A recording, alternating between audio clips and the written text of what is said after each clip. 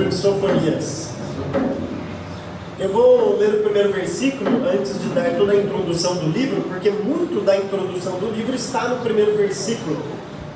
A Sofonias tem 3 capítulos aí, só que a gente vai ficar um pouquinho mais de tempo neste livro, né? Vou precisar de umas mensagens a mais para dividir alguns temas aqui. Versículo 1 do capítulo 1 diz assim: Palavra do Senhor que veio a Sofonias, filho de Cut, neto de Gedalias, bisneto de Amarias e trineto de Ezequias, durante o reinado de Josias, filho de Amon, rei de Judá. Situando então Sofonias aqui na história, nós estamos analisando todos os profetas, que são 4 profetas menores, que escreveram para o reino do sul antes do exílio. Então você vai ficar bom nesse período da história, falando sobre Miqueias, Joel, agora Sofonias e depois Abacuque. São os 4 profetas menores que profetizaram para o reino do sul, reino de Judá, antes do exílio babilônico, antes do cativeiro babilônico. Então, claro, Sofonias está situado aí. Agora, Sofonias, diferente de Joel, por exemplo, que é muito difícil estipular a data, Sofonias dá de bandeja, assim como Miqueias também, a época em que foi escrito, ou pelo menos durante o reinado de quem ele foi escrito, que é Josias. Se você lembra bem da história de Josias, Josias é um rei que começou a reinar muito novo, ainda menino, e claro, né, como menino ele não reinava coisa nenhuma, ele só tinha um nome de rei, mas tinha muitas pessoas que o influenciavam, que faziam com que ele tomasse as decisões. Muitas dessas pessoas vão ser condenadas aqui por Sofonias no seu livro, e é bem provável, embora há uma divisão assim entre os comentaristas, que Sofonias tenha escrito a sua profecia antes daquela tão famosa reforma espiritual que Josias fez no povo. Você vai lembrar que Josias foi aquele rei que, quando começou de fato a reinar, né, tinha autoridade para isso, pediu para o pessoal lá dar uma ajeitada no templo, tirar as poeiras, tirar as teias de aranha, e sabia o que encontraram ali? O livro da lei, óbvio, né? Era para estar lá, porque onde está além do templo. Mas o templo estava tão desabitado, estava tão vazio, que aí Josias, quando fala isso, os sacerdotes vão lá e falam: achamos o livro da lei, o Pentateuco, né, escrito por Moisés.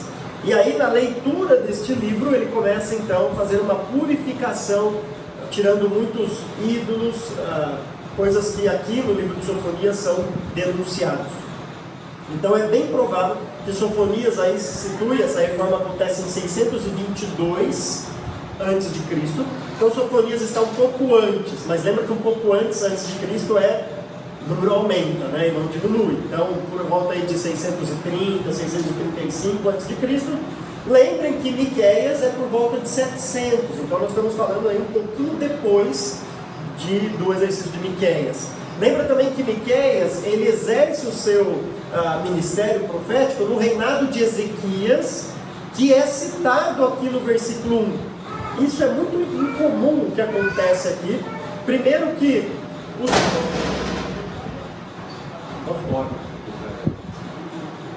Bom, depois o editor aí, né, dá um corte aí, senão de casa vai... Se der para dar um corte também, né? Senão deixa eles assustarem como a gente assustou aqui. Primeiro porque os profetas, isso é incomum, primeiro porque os profetas, eles não é comum entre os profetas ficar citando genealogia. Por exemplo, você pega lá, uma palavra que veio ao profeta Isaías, e aí ele começa a falar uma profecia dele. Profeta, uma palavra que veio ao profeta Ezequiel, e começa a falar, Abacuque, às vezes sai o pai dele. Entre os judeus, era muito comum falar o pai e o avô, muito comum. É filho de alguém, neto de alguém. Pronto, todo mundo já situava ele. Diferente de Sofonias. Sofonias vai até a 4ª geração. Ele é filho de Cush, neto de Gedalias, bisneto de Amarias e trineto de Ezequias. Se esse Ezequias de fato é, como eu penso, um rei, né, porque não tem nada falando que Ezequias que é, e quando não tem nada é porque não precisa ter nada, né? É como se a gente falasse assim: tem o Botafogo e tem o Botafogo do Rio, porque o principal é daqui de Ribeirão, né? Então aqui, o daqui você não precisa pôr nada, é o Botafogo. Quando você vê no noticiário, Botafogo, você já imagina, deve ser o de Ribeirão. Quando você quer falar de um time menor, que não é tão conhecido, você fala, tem que falar Botafogo do Rio de Janeiro. Porque daí é porque senão todo mundo vai pensar no de Ribeirão Preto. É mais ou menos isso. Ó, o Alexandre ia gostar de estar aqui hoje, né? Eita, botafoguense, poxa. Então, como não tem nada assim caracterizando esse Ezequias, logo nós imaginamos o Ezequias, e até porque a descendência acaba aqui, a ascendência dele acaba ali, para dizer assim, ó, o que ia chegar nesse daqui. Tudo isso para dizer que Sofonias era, muito provavelmente, primo de Josias, porque Josias também era descendente de Ezequias, assim como Sofonias. Então nós estamos falando de um profeta que muito provavelmente escreve de dentro da corte. Ele era da família real, embora não da linhagem realmente dos reis. Isso foi para o primo dele, com Josias, mas ainda assim era descendente do 14º rei de Israel, Ezequias, tá? de Judá no caso, né? De Israel do Reino do Sul, Ezequias. Então era alguém que estava lá no meio da corte, provavelmente presenciando um monte de coisa que estava acontecendo ali, o que torna o seu escrito, em primeiro lugar, talvez com aquela confiabilidade maior, sabe, de quem sabe o que está escrevendo, de quem está presenciando isso. Não é alguém que ouviu falar, não é alguém que está numa outra cidade e fala assim, eu ouço falar aí na corte aí de Israel, na corte de Jerusalém, que parece que tem algumas coisas. Não, ele está lá vivenciando, presenciando tudo isso que ele vai escrever. Por outro lado, torna o escrito dele muito mais corajoso. É alguém de dentro da corte que vai denunciar muito do que estava acontecendo lá em Jerusalém. Eu imagino que ele não deveria ser muito amado entre os seus conterrâneos, assim como todos os profetas, né? O pessoal quer ser profeta hoje, né? Fica se auto-intitulando profeta, mas ninguém queria morrer igual os profetas, ninguém queria ter a vida que o profeta tinha, né? Depois dá uma lida, Isaías, por exemplo, é dito que ele ficou 3 anos andando nu. Pensou? Todo mundo quer ser profeta hoje, os caras estão aí, né? Eu sou profeta, mas ninguém quer ficar andando nu 3 anos, né? Ninguém vai fazer isso, Isaías fez isso, imagina só. Isso é ser profeta, porque Deus pediu, né? Essa é uma outra história, não é para a mensagem de hoje. Então, esta palavra do Senhor, então ele vem a Sofonias, e aí Sofonias diz, né, filho de Cuxi, neto de Ananias, bisneto de Amarias e trineto de Ezequias, para dizer que ele é da família real, e durante o reinado de Josias, ou seja, durante o reinado do meu primo. É isso que ele está dizendo, durante o reinado de alguém que eu conheço muito bem, rei de Judá.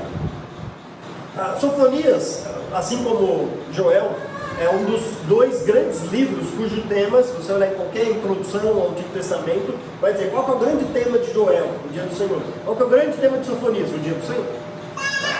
Sofonias é o livro que mais aparece essa expressão, seguido por Joel no Antigo Testamento. Então, claro que vai haver muita referência a esse dia do Senhor, e nós vamos falar sobre ele, explicar o que significa, basicamente expandir ou continuar muitas das coisas que o Vinícius tratou aqui na série dele de Joel. Antes de falar sobre o dia do Senhor, que vai começar só lá no versículo 7 em diante do capítulo 1, Sofonias faz o seu grande decreto, e ele faz um decreto afunilando. Vocês vão perceber que a preocupação dele, como todo o Antigo Testamento praticamente, a grande preocupação era com o povo de Israel, era com o povo de Judá, conta a história desse povo eleito, desse povo escolhido. Então, não quer dizer que Deus não vai fazer a justiça e não vai intervir em toda a humanidade, isso vai acontecer, mas a grande preocupação dos escritores é escrever para o seu próprio povo. Então, Sofonias não foge a essa lógica, então ele afunila de todas as coisas para Judá, e mais especificamente para Jerusalém. Ele diz assim no versículo 2: destruirei todas as coisas na face da terra, palavra do Senhor. Destruirei tanto os homens quanto os animais, destruirei as aves do céu e os peixes do mar, e os que causam tropeço junto com os ímpios. Farei isso quando eu ceifar o homem da face da terra, declara o Senhor. Essa primeira declaração, então breve, curta, de 2 versículos apenas, é o que Sofonias reserva para toda a humanidade, para todo o mundo. Se você perceber bem, já leu Gênesis, aliás, começaremos, né, os jovens, a estudar Gênesis 1 a 11 a partir do sábado que vem, uma vez por mês.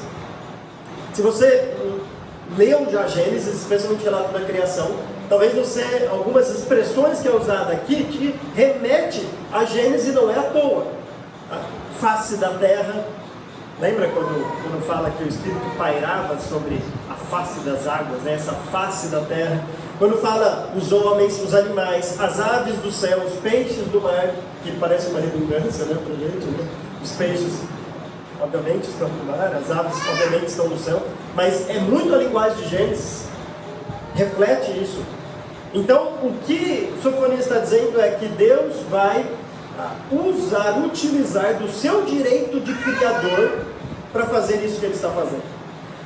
Essa primeira palavra que aparece, destruirei, acontece 4 vezes nesses 2 versículos. É para de fato enfatizar que ele vai fazer isso. E essa palavra descreve um cessar, um aniquilar. Deus, quando...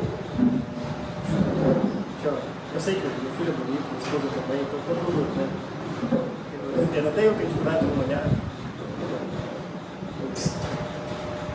Bonitão, me puxou, então não tem como. Me puxou, aí fica difícil. Logo no versículo 2, a palavra é repetida. É destruirei, destruindo. Basicamente isso. Ou destruindo, destruirei. O que faz com que os autores traduzam como novamente destruirei. Pode também ter esse aspecto. Agora, quando você pensa novamente destruirei, você pensa, bom, então isso já foi feito alguma vez. Talvez houve uma época em que Deus já ceifou da face da terra todos os animais, as aves, e nós sabemos que sim, houve. E lá naquela primeira vez, escrito lá em Gênesis, capítulo 6, até o capítulo 9, quando ele está falando sobre o dilúvio, Deus exerceu pela primeira vez o seu direito de criador, como dono de todas as coisas, para destruir a sua criação. Ele fez, ele pode fazer isso. E aqui ele está dizendo, eu novamente farei isso, eu vou destruir mais uma vez a minha criação. Por isso que o relato aqui nos lembra Gênesis, porque ele quer dizer, essa intervenção divina vai englobar todos os aspectos criacionais. A face da terra, os homens, os animais, as aves, vai englobar todas as coisas. Então destruirei todas as coisas da face da terra. Palavra do Senhor. É como se Deus estivesse jurando aqui. Literalmente é um decreto do Senhor. Não tem volta mais. Isso é interessante porque Sofonias escreve a sua profecia antes daquela reforma espiritual que Josias está fazendo. Então, pressupõe-se que ou ele ouviu o seu primo, ou depois que ele só achou a lei, talvez ele tenha lembrado disso e pensasse, a gente precisa mudar algumas coisas aqui, como de fato mudou. Como de fato ele eliminou muito, embora o seu filho depois já volta com muita coisa que ele tentou eliminar, Josias. Mas ele tenta mudar algumas coisas. Mas chegou uma época do povo de Israel, do povo do sul, da nação de Judá, de tamanho pecado. Lembra que aqui o reino do norte já tinha sido cativo pela Síria? Mas chegou uma época de tanto pecado que não adiantava meras reformas, como Ezequias fez, Miqueias já nos disse isso, como Josias está fazendo aqui. Era necessário o cativeiro. O povo precisava de uma lição, mas aquela lição assim, bem dada. Não adiantava, não precisa se arrepender, alguma coisa, porque Deus sabia que logo, como muitas vezes acontecia, né, o próprio Ezequias fez uma reforma, o seu filho Manassés já voltou tudo que era antes. Josias fez uma reforma, o seu filho mais uma vez volta tudo como era antes. Deus fala assim, precisa de alguma coisa, precisa de algo que vai impactar essa nação. Por isso que isso é um decreto de Deus. Deus está jurando, Deus está falando, isso vai acontecer. E Ele pode fazer isso, porque Ele é o único soberano Senhor. O versículo 3 então descreve o que são todas essas coisas. Os homens, os animais, as aves do céu e os peixes do mar. E os que causam tropeço junto com os ímpios. Farei isso quando eu ceifar o homem da face da terra, declara o Senhor. Ou seja, vai haver um momento em que Deus vai, a palavra literalmente aqui é cortar, ceifar, no sentido de cortar o homem da face da terra. Claro que, como nós vamos ver, essa profecia se refere primeiramente à invasão babilônica. Então a terra que ele está colocando aqui é a terra de Judá, o reino do sul, porque ela ia ficar desolada, ela ia ficar desabitada, iam ser todos levados cativos para a Babilônia, mas, como o dia do Senhor, o vídeo já explicou, tem aquela ideia da dupla referência. O que o Sofonias está dizendo aqui é que um dia esta terra será também desassolada por Deus, e Deus vai ceifar da terra os homens. Não é à toa que Apocalipse descreve onde iremos viver como novos céus e uma nova terra. Será necessário fazer um novo céu, uma nova terra, porque as antigas coisas já se passaram. 2 versículos só para falar de maneira mais geral. Todo o restante do livro agora, ele vai afunilar para onde ele quer chegar mesmo. Sofonias começa assim: Deus é destruído tudo, homens, animais, aves. Mas agora ele vai afunilar, porque ele de fato, qual é a preocupação do profeta mesmo? Versículo 4: estenderei a mão contra Judá e contra todos os habitantes de Jerusalém. Então, se você lembrar, o reino todo de Israel, as 12 tribos de Israel, que é 12, mas não tem José, tem 2, enfim, depois você dá uma olhada na divisão lá, mas tem umas coisas esquisitas no meio, tem 2 tribos, uma tribo tem dois terrenos, um do lado do rio, outro do outro, enfim. Então, mas toda aquela nação de Israel foi dividida em 2. O reino do norte formou 10 tribos, cuja capital é Samaria, já tinha sido levado para a Síria. Então ele volta a sua atenção para Judá. Quando ele fala Judá, ele está descrevendo então essa nação do sul, que na verdade era Judá e Benjamim. Era uma tribo de Judá e Benjamim, cuja capital é Jerusalém. Benjamim era uma tribo muito pequenininha, na verdade era a tribo mais insignificante, ou mais vergonhosa de se fazer parte, porque é de onde veio o primeiro rei de Israel, Saul, que foi um péssimo rei, um rei escolhido. E Paulo, quando fala assim, eu sou o israelita da tribo de Benjamim, não quer dizer assim que ele, que orgulho da minha tribo, né? Por isso que ele fala sobre isso. Mas ficou uma tribo tão ali pequenininha e insignificante que Judá, que é a mais importante, ganhou então o nome de todo esse território. Então perceba como Sofonias vai de toda a terra para Judá, mas na verdade o grande problema é Jerusalém. Não sei se vocês lembram da série de Miqueias. Duvido que alguém lembre, né? Mas Miqueias capítulo 1, quando Miqueias está falando a sua profecia ali, declarando a sua profecia, ele fala assim: qual é o verdadeiro problema de Judá? Lembra? Qual é o pecado de Judá? Não é Jerusalém? E eu lembro que eu disse isso, né? Que da onde a gente esperava um exemplo para toda a nação seguir. A gente espera dos líderes isso, né? Um exemplo para que todos façam igual aquilo que ele está fazendo. Na verdade, era o grande problema da nação, era o rei e todo o que envolvia ali a corte real de Jerusalém. Então estenderei a mão contra Judá e contra todos os habitantes de Jerusalém. E ele vai começar agora a listar alguns motivos pelos quais Deus vai fazer isso. Por que Deus está fazendo isso com o povo? Aliás, o que o povo fez tão grave para Deus ter uma atitude como essa? Então o profeta continua: eliminarei deste lugar o remanescente de Baal, os nomes dos ministros idólatras e dos sacerdotes, aqueles que no alto dos terraços adoram o exército de estrelas, e aqueles que se prostram jurando pelo Senhor e também por Moloque, aqueles que se desviam e deixam de seguir o Senhor, não buscam nem o consultam. Então o primeiro grande pecado que aparece aqui é o pecado da idolatria. O povo de Israel, Deus escolheu o povo, na verdade nem escolheu, ele criou o povo para si, porque não existia povo, existia uma família de Abraão, chamada Abraão. Então Deus escolheu o povo, na verdade ele criou o povo, depois de Gênesis 11 lá, Gênesis capítulo 12, quando ele chama Abraão, e um povo grande, mas a grande intenção de Deus era que Israel ditasse o padrão para todo mundo. Por exemplo, vocês são meu povo, vocês são a minha herança, então vivam de acordo com que toda a nação agora olhe, todas as nações olhem para vocês e saibam o que eu exijo. Esse era o grande ideal, digamos assim, como é a igreja hoje. Deus quer que nós vivamos do jeito que, na verdade, Ele intenciona que todas as pessoas vivam neste mundo. Mas assim como acontece hoje com a igreja, exatamente da mesma forma, Israel muitas vezes deixava se influenciar pelos outros povos ao invés de influenciar outros povos. Aquele que era para ser o influenciador de todo mundo, deixa-se influenciar por todas as crenças e sincretismos e panteões, por tudo que existia de idolatria e de prática que essas idolatrias traziam. Então o que o profeta está citando aqui são deuses de diversos povos. Aliás, tinha alguns que tinham quase todos os povos. Por exemplo, esse Baal que é citado aqui logo no começo, esse Baal era tipo um padroeiro. Sabe padroeiro? A gente vai no Brasil, você assim, a cidade tal tem um padroeiro tal. Não sei quem tem um padroeiro tal. Na cidade tal tem um padroeiro. Cada cidade tem um padroeiro. Qual que é o padroeiro de Ribeirão? Não sei. São Sebastião. Tá vendo? Tem sempre aquele que você sabe, né? Tem sempre aquele que você sabe. Tem o feriado, sim, esse cara assim, só sempre fica no feriado. Tá certo.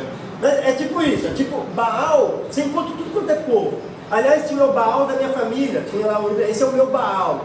Tinha o Baal ali, o Baal tem tudo quanto é lugar. Se é o Antigo Testamento, você está lendo, todo povo tem Baal, todos os povos têm um Deus Baal. Porque era isso, era uma forma meio genérica de dizer, esse é o meu Deus de estimação, esse é o meu Baal.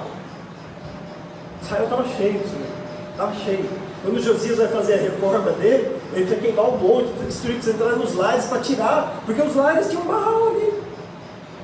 Tem Baal, assim, legal, aquele povo ali tem Baal, isso era comum na Babilônia, isso é comum na Síria, isso é comum entre os Amonitas, entre os Fenícios. Eu falei, aquele povo tem um Baal ali, tem um também de estimação aqui em casa, por que a gente não pode ter um Baal igual eles?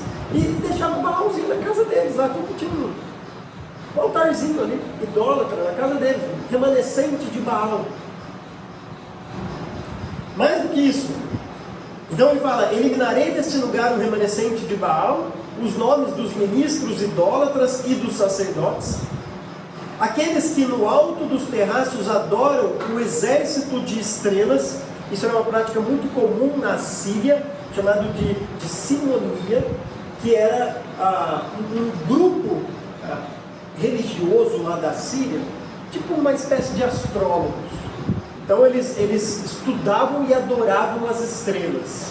Eles gostavam de ficar adorando as estrelas. Então isso, pensa bem, Israel, que sabia que todas as estrelas que seriam feitas por Deus, teriam sido criado por Deus, sabia disso e mesmo assim, ao invés de adorar o Criador, se juntava a essas crenças que adoravam a criação, as estrelas.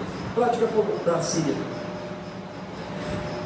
O versículo continua, e aqueles que se prostram jurando pelo Senhor e também por Moloque.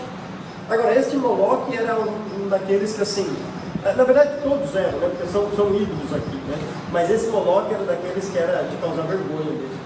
Porque Moloque era uma divindade, era na verdade Saturno divinizado, era uma adoração ao deus Saturno, ao planeta Saturno. Então ele era a divinização de Saturno, era basicamente isso. Eles adoravam o Deus por meio desse Moloque. Moloque era uma estátua feita de latão, que ficava com os seus dois braços assim esticados. E para adorar a Deus Moloque, você colocava o seu filho nesses braços de Moloque, e embaixo dele tinha uma fornalha acesa, bem quente.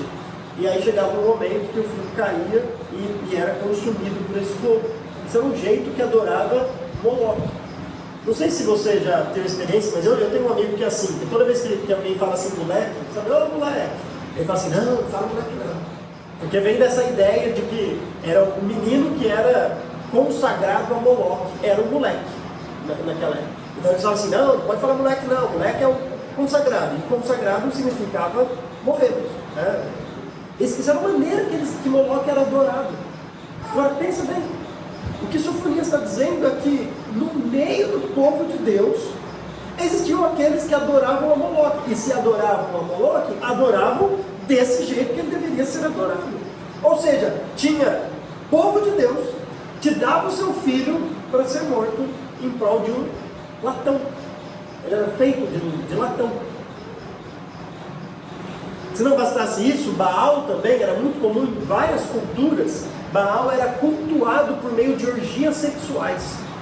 Tinham as prostitutas, né, que eram chamadas sacerdotisas cultuais.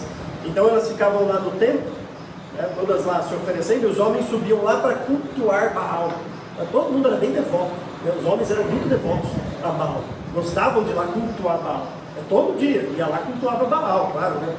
Então, era muito comum, no tempo tinha 1000 profetisas lá, e sacerdotisas de Baal, e os homens iam lá, deixavam suas esposas em casa, iam cumprir os seus deveres religiosos, e ia adorar lá Baal no meio daquilo, toda aquela orgia. Isso estava acontecendo no meio do povo de Israel.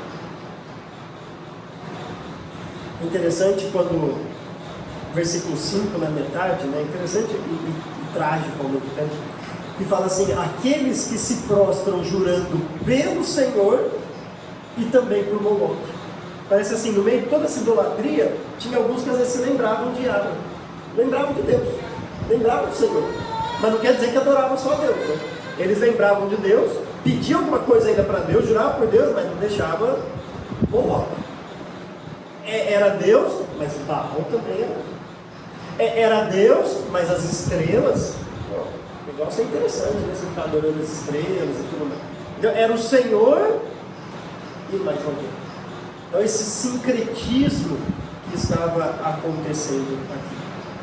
Agora, tinha aqueles, versículo 6, que se desviam e deixam de seguir o Senhor, não o buscam nem o consultam.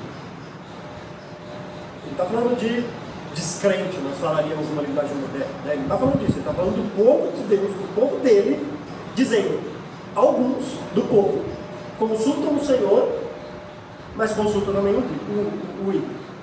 Outros já abandonaram o Senhor, já chutaram o balde, já não consultam mais a Deus, só vão atrás dos ídolos. E a gente fica esperando. Não tem um terceiro grupo aí? Não tem um grupo daqueles que continuaram só adorando o Senhor? Parece que não. Parece que não. Veja como estava a decadência moral e espiritual do povo de Deus. Então podia ser dividido em dois grupos. Um, daqueles que ainda cultuavam a Deus e os ídolos. Os outros que só cultuavam os ídolos e tinham esquecido de Deus. Não ia atrás mais de Deus. A partir do versículo 7, então, e daqui a pouco eu vou voltar quando eu fizer algumas aplicações para essas ideias que ele está dizendo aqui. Mas a partir do versículo 7, a linguagem muda agora. Porque o versículo 7 é introduzido, então, esse dia do Senhor. E ele é introduzido de uma maneira muito interessante. Calem-se diante do soberano o Senhor, pois o dia do Senhor está próximo. O Senhor preparou um sacrifício, consagrou os seus convidados. Sabe quando chega alguém muito importante, assim, que todo mundo se levanta e fica quieto? Imagina quando chega a rainha da Inglaterra. Aliás, desde que o mundo é mundo, ela chega nos ambientes, né? Sempre assim, ela está lá desde sempre, né? Então, se ela chegar num lugar, sabe o que todas as pessoas têm que fazer? Fica quieto, levanta, porque a rainha da Inglaterra chegou no lugar. Então é uma pessoa importante. Então você não dá de ombro e fica conversando e fala assim, e continua conversando. É alguém importante. Então as pessoas na Inglaterra ficam quietas, levantam, porque ela está chegando. A linguagem é exatamente essa. Calem-se toda a terra, fiquem quietos, porque o soberano está às portas, ele está chegando. O rei está chegando. O Senhor preparou um sacrifício, consagrou seus convidados. Agora, perceba como uma linguagem meio irônica, né? O povo sacrificava os seus filhos para Moloque, e agora a linguagem está dizendo, Deus também preparou um sacrifício. Era para o povo ser consagrado a Deus. A palavra consagrado significa separado, santificado, né? Separado por uma atividade específica, por uma função específica. Era para o povo de Israel ser consagrado a Deus, mas Deus já consagrou um outro convidado. Este convidado que é consagrado é o povo babilônico, que é separado por Deus na história para justamente fazer esse sacrifício que está sendo prometido aqui. Tanto é que depois do cativeiro, vai acontecer alguns profetas que vão questionar a Deus e vão dizer assim, espera aí Deus, o Senhor escolheu uma nação tão ruim como os babilônicos para levar o nosso povo cativo? Não faz sentido isso, porque eles são ruins, eles são maus, e o Senhor escolheu um povo mau para fazer isso. Aí Deus fala, calma, né? O dia deles vai chegar também. Quem sabe diante de tudo esses profetas. Ele fala assim, um dia Babilônia vai ter o seu castigo, mas eu separei para esse propósito, eu escolhi para este propósito. Então quando Deus fala, eu já consagrei os meus convidados, né, esses convidados que Deus já consagrou, é o Império Babilônico que ia vir para levar cativo a nação de Israel. No dia do sacrifício do Senhor, e agora vemos grupos mais específicos, que Deus tem uma denúncia contra eles. No dia do sacrifício do Senhor, castigarei os líderes e os filhos do rei, e todos os que estão vestidos com roupas estrangeiras. Naquele dia castigarei todos os que evitam pisar a soleira dos ídolos, e que enchem o templo de seus deuses, com violência e engano. Muito provavelmente essa ideia de filhos, os filhos do rei e esses líderes, são aqueles que influenciavam Josias antes dele ter idade de fato para reinar. E quem fazia isso naquela época eram os sacerdotes. Então antes que o rei, se ele fosse muito pequenininho, menor de idade, se ele fosse ainda incapaz de reinar, quem fazia isso eram os sacerdotes que reinavam no lugar dele. Então ele estava lá só como... é quase a rainha da Inglaterra, né? Ele está lá assim, uma figura legal, mas quem manda mesmo é o primeiro-ministro, né? Tem tudo lá, mas ela tem aquela figura de rainha. Então é mais ou menos isso. Estava lá um menininho que não mandava coisa nenhuma, mas tinha um sacerdote por trás, e esses sacerdotes que estavam levando o povo à idolatria. Se você olhar aqui, quando fala todos os que evitam pisar a soleira dos ídolos, lá em 1 Samuel, capítulo 5, aquele capítulo conta que existia um deus chamado Dagon, um ídolo dos filisteus, e ele é colocado, a arca, né, roubada pelos filisteus, é colocada ali perto dele, e aí eles acordam de manhã e Dagon está caído, e ele cai na soleira. E desde então os filisteus ganharam o costume de não pisar na soleira, por causa disso. O Dagon caiu aqui, a gente não pode pisar, então eles pulavam. Imagina que você está andando, você tem essa soleira aqui, eles não pisavam na soleira, nenhuma soleira. O que os sacerdotes de Israel faziam? Pulavam a soleira também. É igual o crente que vai pular 7 ondas no ano novo lá na praia, né? Sabe? Tipo, vai que, né, quem corta o bolo de baixo para cima, né? Vai que funciona. É mais ou menos isso que os sacerdotes faziam. Bom, eles pulam, né? Bom, vai que eu piso e acontece uma coisa comigo. Aí o crente fala assim, vai que eu passo debaixo de uma escada e vai que eu encontro o gato preto. Então assim, né? Vai que isso é verdade, sabe aquela crença firme mesmo, né? Você vê a corrupção dele. Então eles faziam isso. Eles não pulavam a soleira assim como os filisteus também não pulavam. Ou seja, é mais uma idolatria, mais práticas idólatras chegando. O problema disso tudo é que eles enchiam o templo de seus deuses, provavelmente falando dos seus senhores aqui, mais provavelmente do rei, deuses também é uma palavra traduzida no hebraico para senhor, com violência e engano. Ou seja, eles enchiam o templo de Jerusalém com violência e com engano. Então perceba que a prática idólatra, além da idolatria em si que era pecado, ela vinha carregada com um monte de costumes, um monte de práticas totalmente erradas e condenadas por Deus. Estes principais, assim, no versículo 8 diz que ainda eles vestem roupas estrangeiras.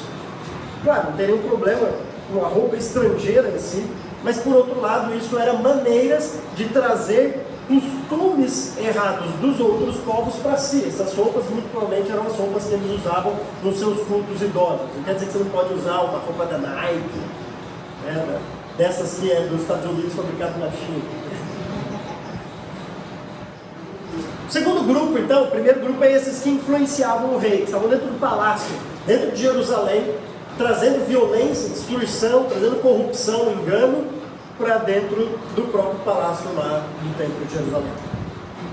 Versículo 10 diz, naquele dia, declara o Senhor, haverá gritos perto da porta dos peixes, lamentos do novo distrito e estrondos nas colinas. Lamentem-se, vocês que moram na cidade baixa, todos os seus comerciantes serão completamente destruídos, todos que negociam com prata serão arruinados. O segundo grupo, então, que é condenado aqui são os comerciantes. Provavelmente ele está falando daqueles que são muito abastados e que ditavam a economia de Israel. Eles que tinham a oportunidade de alavancar a economia, de dar um jeito na nação, na verdade só faziam negócios corruptos, errados. A Porta dos Peixes é uma porta que ficava a norte de Jerusalém, bem lá em cima de Jerusalém, e era exatamente aquela porta, não era tão que ela chamada Porta dos Peixes, porque era onde se comercializava aquilo que chegava dos navegantes.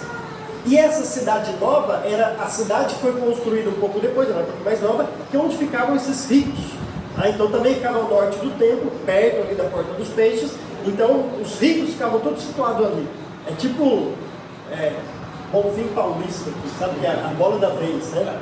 Então todo mundo vai para lá, trabalha aqui, mas assim, né? Eu moro em Bonfim, antes era Fiuza, agora é Bonfim Paulista. Agora em Bonfim Paulista, né, é um negócio bom, muito, né? Só condomínio, e tudo isso. Ou a Zona Sul, né? Um dos nossos amigos lá, mora em Zona Sul. Desculpa aí, né? Você mora em Zona Sul. Então essa cidade nova eram aqueles ricos.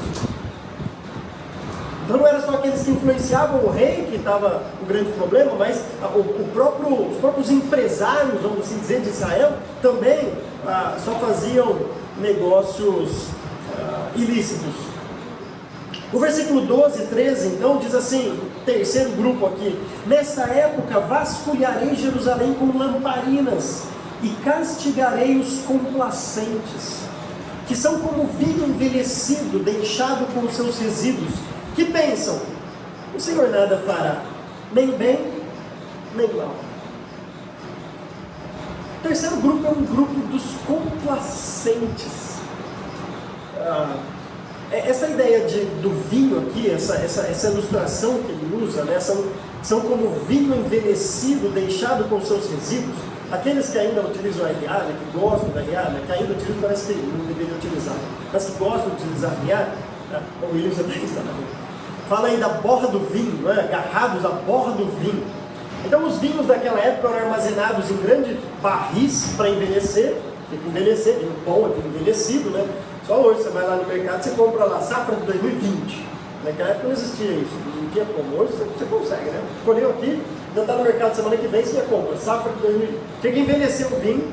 Depois de muito tempo envelhecido, eles eram colocados então em lugares para ser comercializados e vendidos, mas ficava uma borrinha lá no fundo, ficava um negócio lá no fundo, que pode ser que essa ilustração esteja sendo usada para duas coisas. Primeiro, e eu creio que essas duas ideias estão juntas. Primeiro, que aquela borra de vinho não serviu para nada, a não ser para às vezes estragar o vinho quando passava por isso. Não sei se vocês já tomaram vinho, eu ouvi falar só, né? Que às vezes você chega no final da garrafa, quando você vai pôr, sai um pelotinho assim, né? Ouvi falar que sai? Pois é. Eu já ouvi falar também. Então, essa borrinha que às vezes passa, que não serve para nada, você nem pode ter, aquilo é ruim, né? Dizem que é ruim. Então, não serve para nada aqui, é exatamente isso, é uma coisa ruim que não serve para nada, que na verdade, não sei, tem umas peneirinhas que colocam na taça assim para pôr, para não passar aquilo pelo restinho. Quando uma garrafa é boa do vinho, não vem aquilo lá, mas quem não tem dinheiro para comprar vinho, vai ter um borrinho lá no final, que é isso daí, não serve para nada, não serve para nada. Então, muito provavelmente, o que o sofonista está dizendo é que tinha um monte de pessoal lá que só queria saber de encharcar a cara, porque via chegar até na borra, mas depois ficava agarrado nessa borra do vinho. Ou seja, não vai acontecer nada mesmo. Sabe assim, aquele pessoal assim, alguém está ligando que isso daí está acontecendo? Está tudo bem. Tanto é que o próprio texto diz, né? Eles pensam, o Senhor nada fará, nem bem, nem mal. A vida está boa assim. Vamos tocar no barco. Eles estão preocupados com o quê? Deus não vai fazer nada, nem bem, nem mal. É só inútil, complacente. Assim, não serve para nada. Eu não sei para ficar enchendo a cara com vinho e se agarrando a essa borra do vinho. A riqueza deles, versículo 13, será saqueada. Suas casas serão demolidas. Embora construam novas casas, nelas não morarão. Plantarão vinhas, mas o vinho não beberão. Então, assim, vocês vão continuar construindo, vocês vão continuar plantando, calma. Mas logo vai vir uma nação aí E aí vocês não vão mais morar nessas casas, outros vão morar nessas casas. Vocês vão plantar vinhos, mas outros vão colher, outros vão beber esse vinho. Essa é a primeira parte da profecia. Nós ficaremos até este versículo 13. Eu queria tirar algumas aplicações, algumas lições, tá? Porque depois o dia do Senhor vai ficando mais afunilado aqui. Mas o profeta aqui mostrou então, primeiro, 3 grandes afunilações, são todas as pessoas do mundo, para depois Judá, para depois Jerusalém. Mostrou 3 grandes práticas idólatras: Baal, aqueles que consultam as estrelas, e Moloque. E depois mostrou 3 grandes grupos também de pessoas: aqueles que influenciavam os reis, aqueles comerciantes, pessoas importantes, empresários ricos, e aqueles que só ficavam bebendo vinho, não faziam nada, ficavam lá de bar em bar, bebendo vinho, achando que nada ia acontecer. Quando nós olhamos para a igreja hoje, a igreja foi, assim como o povo de Israel, eleita por Deus para fazer a diferença nesse mundo. Mas é impressionante como quantas vezes a igreja deixa-se influenciar por aquilo que acontece no mundo. Agora, isso pode acontecer de uma maneira que as pessoas acham que acontece, mas na verdade não acontece, e de uma outra maneira que de fato acontece e ninguém dá atenção para isso. Deixa eu tentar explicar essa minha aplicação com essas palavras que eu disse que ficou meio confuso. Quando eu era mais novo, e talvez aqueles que se converteram no mesmo período que eu, tinha aquelas pessoas mais velhas que diziam assim: não, eu toco bateria, né? Então nós queríamos ter uma bateria na igreja onde eu reunia lá. E o pessoal fala assim: não, daí é conformar o mundo, porque o mundo toca bateria e a gente não pode tocar bateria. E aí você olhava e tinha aquele empresário que tratava mal seus funcionários, tinha fofoca no meio do povo, tinha tanta coisa acontecendo, mas o problema era a bateria. A bateria trazia um... Perceba como tem quando você fala de não se conformar com este século, de não se parecer com isso, não quer dizer que você não pode, por exemplo, tomar um remédio que foi criado por um ateu. Porque foi um ateu que criou o remédio. Você tem que tomar aquele remédio lá, não, é só descrença. Não tem nada a ver com isso. Não é isso que o texto está dizendo. Não é isso que é se conformar ao mundo. Porque aquela marca de roupa ali, né? Aquela, sei lá. Não é essa a ideia. Tem gente que fala assim: não, nunca mais assista filme de tal produtora, porque não pode mais tomar Coca-Cola. Na minha época falavam isso: não podia tomar Coca-Cola porque tinha lá os negócios do demônio lá, que você ia tomar Coca-Cola, você estava cultuando o demônio. Então não pode fazer. Não é essa a ideia. A ideia são os seus valores morais. A ideia não é se vai ter bateria ou não, a ideia é por quê, como você vai tocar essa bateria. A ideia não é a loja da roupa tal, a ideia é o que aquela roupa comunica, se aquela roupa glorifica a Deus ou não. A ideia não é se você é um empresário ou um funcionário, a ideia é que jeito você vai fazer para ser um empresário, que jeito você vai ser um funcionário da sua empresa, a ideia é que jeito você vai administrar o seu lar, que jeito você vai criar o seu filho. E é impressionante como as pessoas vão atrás de tantas coisas, tantas novidades. Eu falei isso numa quarta-feira aqui recentemente, né? E parece que quando tudo dá errado, aí chegou pra mim e falou assim: deu errado, deixa eu ver o que a Bíblia fala. Quando dá para corrigir. Então as pessoas têm um problema no casamento, tem um monte de gente dando ideia de tudo quanto é coisa. Dependendo do terapeuta que você for, a primeira coisa que ele vai fazer é: bom, vocês têm que entender que vocês têm que ser felizes e paciência, né? Na hora que tem que reconhecer que não deu, vai cada um pro seu lado. É mesmo? E às vezes esse terapeuta é crente. Às vezes você pega um livro crente aí, sabe crente, aqueles que falam assim: não, lá atrás está falando que ele vai a alguma igreja, alguma coisa assim. Você pega um livro desse e fala assim: o cara está falando que é crente. E as pessoas não conhecem a Bíblia, né? Então se ele falou, tá falado. E segue uma coisa dessa. Com nada de conceito bíblico, nada. Criação de filho é a mesma coisa, resolução de conflitos é a mesma coisa, tudo. Você tem diversas literaturas, você tem diversas pessoas dando palestras, tentando influenciar com valores, que tem um monte de crente olhando para isso e falando assim: que legal isso, que bacana. Olha, e começa a fazer isso, começa a copiar tudo que está acontecendo. Mas é verdade, quando você vai avaliar isso à luz da Bíblia, Quando você vai avaliar à luz do que a palavra traz, não tem nada de princípios bíblicos, nada disso. Infelizmente isso acontece demais no cristianismo. E por que isso acontece? Porque nós paramos de ler a Bíblia. Não é à toa que a reforma de Josias começou quando ele descobriu o livro da lei que estava escondido no templo, perdido ali, empoeirado no templo. Quando ele descobriu o livro da lei, ele falou assim: eita, a gente está fazendo tudo errado. E começou a sua reforma.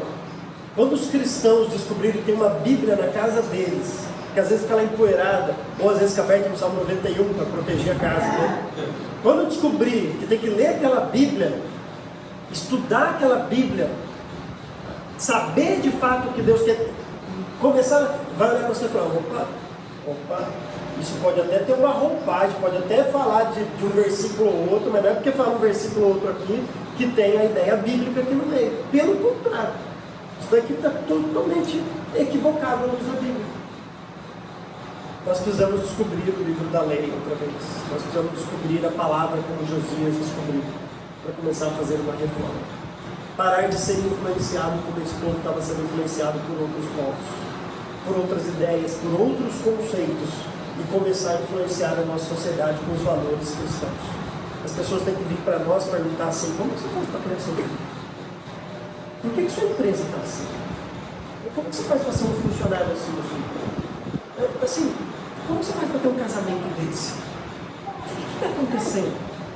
Eu quero saber isso. Era para todos os povos chegar para Israel e falar assim: o que tem diferente com vocês aqui? Mas ao invés disso, Israel começou a falar assim: eu gostei disso daqui, eu gostei desse Deus aqui, gostei desse ídolo aqui, eu gostei disso daqui. E começou a trazer tudo para dentro de si. Não faça isso. Não faça isso. Desde que Deus seja o seu único Senhor. Se você vai consultar alguém, consulte Deus e mais alguém, como eles faziam. Consulte a Deus. Consulte a palavra. Fique preocupado com o que Deus pensa.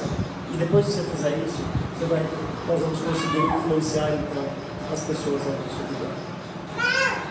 Deus, a minha oração é para que o Senhor nos ajude. Que a tua palavra possa habitar ricamente em nós. Para que possamos vivê-la, exteriorizá-la por meio dos nossos relacionamentos, trabalho, criação de filho, casamento, convivência com outros. Nos ajude, Deus. Nós queremos de fato fazer isso. Eu oro para que o Senhor coloque este desejo em nossos corações, assim como realizar também. E que possamos sair desta inércia, dessa inutilidade, como alguns aqui estavam, de deixar um dia após o outro passar e levando a vida, e de fato nos preocuparmos com o que o Senhor pensa, de fato estudarmos a tua palavra e ocuparmos com aquilo que realmente importa para as nossas vidas, cujo valor será eterno.